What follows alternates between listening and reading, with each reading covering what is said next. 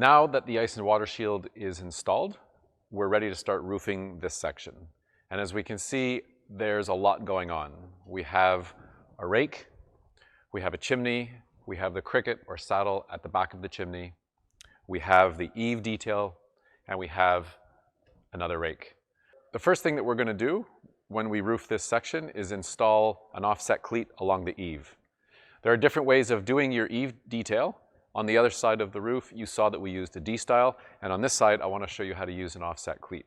What's nice about the offset cleat is that it gives you some wiggle room in terms of having panels jog just a little bit along the line of the roof, because we're going to set it back so that when you look from the ground up, assuming that you don't have a gutter, you just see a nice clean line.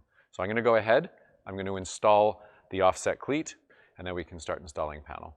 And I'm going to now install this along the eave, making sure to set my edge back just slightly so that I can take advantage of giving myself some wiggle room if my panels are jogging just a little bit. I don't want them sticking out over the edge of the roof. So we're going to go ahead and install this.